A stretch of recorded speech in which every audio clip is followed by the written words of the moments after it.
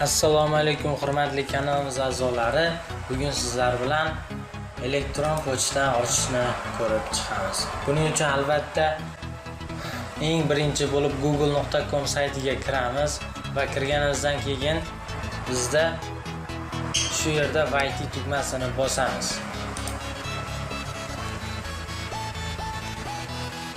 Bosganimizdan keyin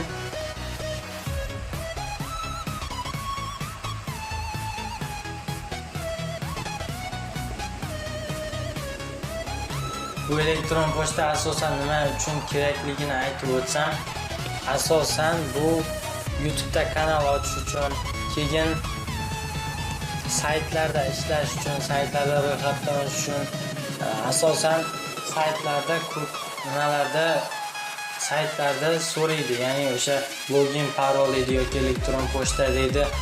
Siz qaysi bir saytga kirsangiz ham bir ko'pchilik saytlarda o'sha elektron pochtani so'rab o'tadi. Demak, kirganimizdan keyin bu yerda sazzat akkaunt degan joy bo'ladi. Demak, telefonga kirsangiz ham albatta shunday.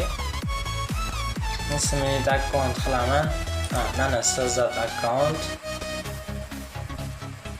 Va sizda birinchi kirgan paytingizda hozir menda ko'p akkauntlar bo'lganligi sababli mana shunday joy bo'ladi. Ya'ni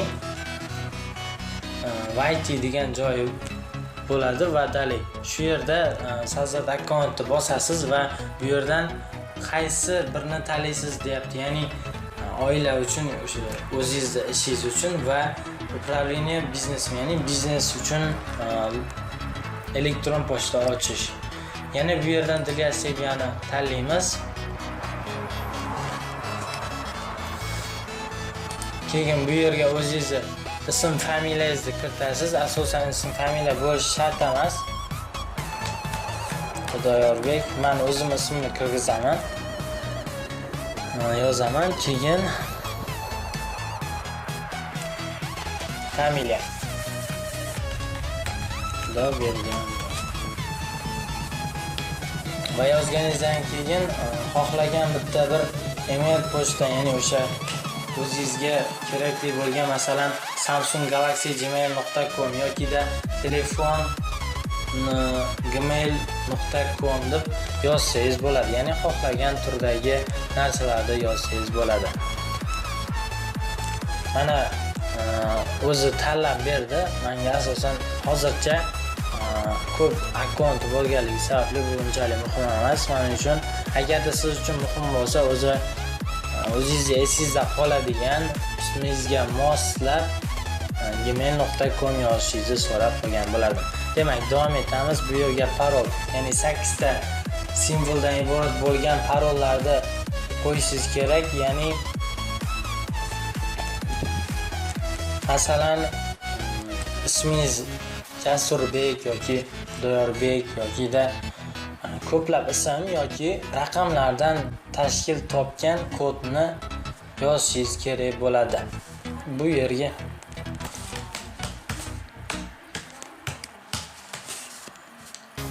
parol yozasiz va yana takroran yozasiz. Bu yerdagi yozgan parolingizni yana qaytarib yozasiz. Badalini bosamiz.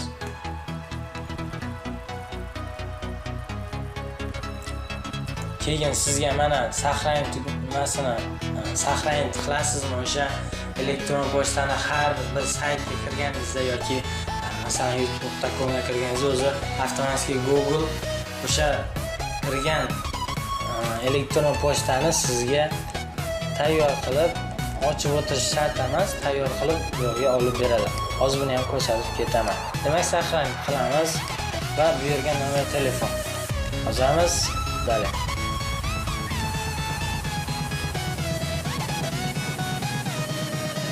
Yozganingizdan keyin bu yerga telefoningizga kod keladi.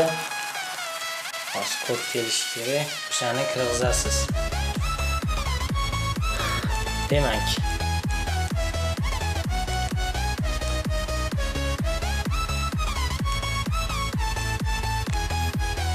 kutamiz. 780 618. Va mana keldi kod, buni tayyorlaymiz. Demak, kodni yozganimizdan keyin bu yerda yoz shart emas, den o'zingizni tug'ilgan kuningiz, oyingiz, degan yilingiz va bu yerga muskoy jinsni tanlaysiz va dalini bosasiz. Bosganimizdan keyin добавить nomer yoki пропустить. Bizga добавить nomer kerak emas, ya'ni nomer qo'shish. Пропустitni bosamiz.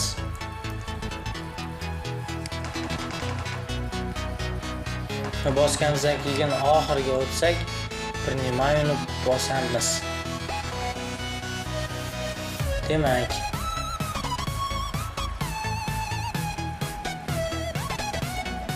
mana принимаю bosganimizdan keyin bizga tayyor elektron pochta tayyor. Endi siz bemalol buni olib keyingi ko'radigan saytlarimizda aynan shu yaratgan elektron pochtangiz asosida kirib bemalol saytlardan foydalanishingiz mumkin. Mana hozir aytib o'tganimdek youtube.com saytiga kirib ko'ramiz.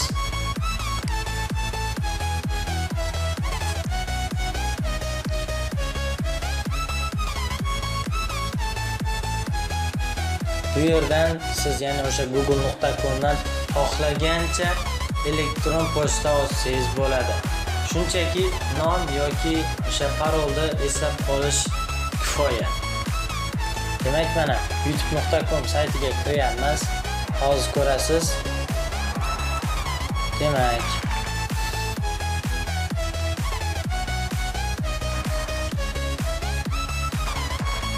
kirishini kutamiz.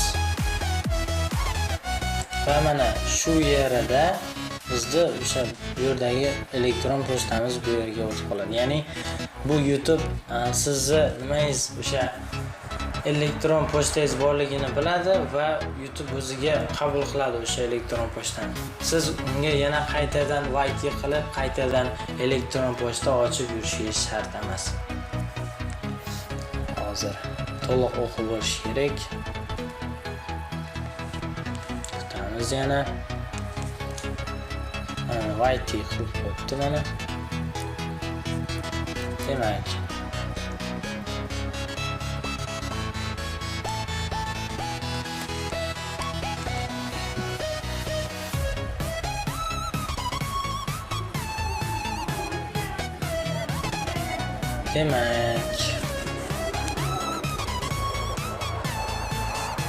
video davom etgancha kutib turamiz.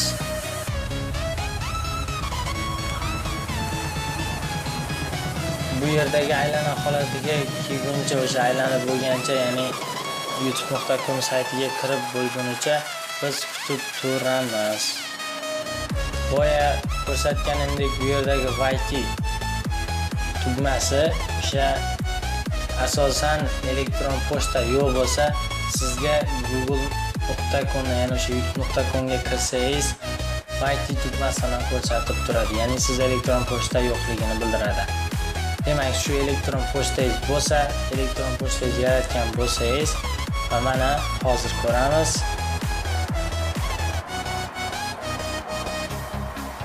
Qani bo'l. Shu yerda elektron pochtamizni qabul qilib oladi. Qabul qilib olish jarayoni ketyapti hozirda.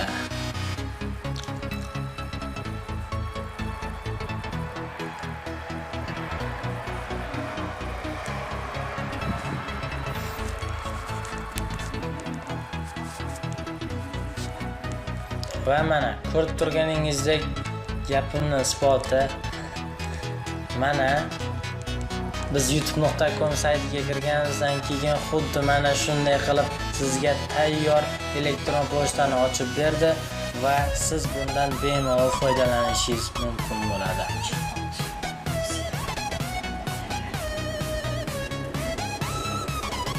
Va mana bu yerdan xohlagancha o'sha akkauntdan chiqib ketsangiz ham bo'ladi.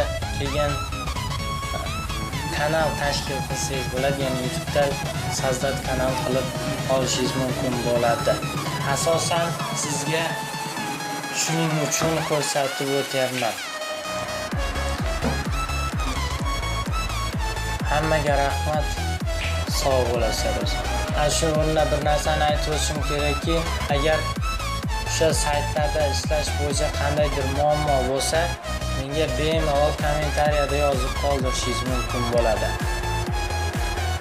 Bizni kuzatishda davom eting, hali hammasi yaxshi oldinda.